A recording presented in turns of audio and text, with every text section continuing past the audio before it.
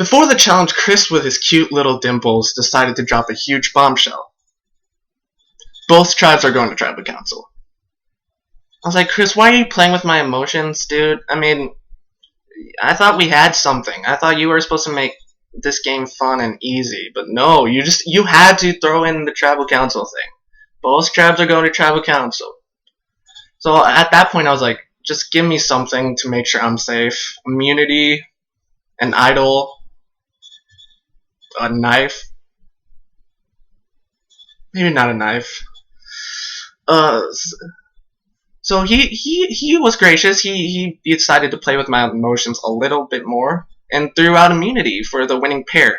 He randomly paired us up, and I got stuck with Eric. When I say I got stuck with Eric, I mean he got stuck with me. I have a pretty good vocabulary, but he was the better Words with Friends player. And he happened to know of a really long and complicated word that I honestly don't know what it means to this day. But when I saw it, I was like, dude, let's go for it. I'll be the paintbrush. You'll be the painter. Paint it. Just tell me what to do.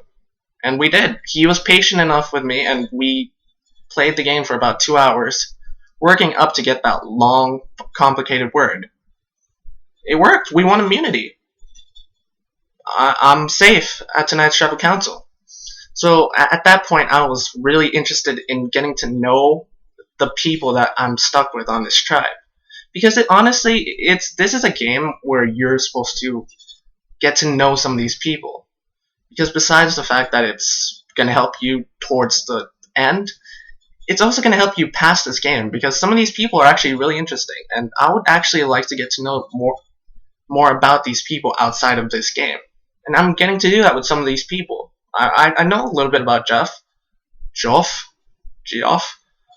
and I know a little bit about Jeremy and Brendan, because they are part of my former tribe. We've had time to communicate and talk. So I wanted to start that with Alex, Zach, and Barishaw. And I did to some extent. I got to talk to Barishaw a little bit. He's really interesting. He's more of like that mystery. He's like a mystery wrapped in an enigma, where like he's mysterious and he's purposely trying to be mysterious, or she. I honestly don't know if it's sex or his race or if it's a person. It could be Chris for all I know. Alex is also another interesting person where I have had barely any time to talk to him, but he does seem genuine when he's talking to everyone else. Like I honestly think I could get a baseline of where he's coming from. So it's going to be a good thing to have later on towards a merge, which is honestly, I do think it's going to come up rather soon. And after the game, he seems like a person you could talk to outside of the game about Survivor. Rob has a podcast, shirts, roosters, anything. I think you could talk to him. When it comes to Zach, we had that quiff, we had that fight, we fought, and honestly, I do take back the things that I said. I don't take back my ideas behind it, because I honestly do think it was unnecessary for him to go about doing that, because it did take some of the fun out of the game.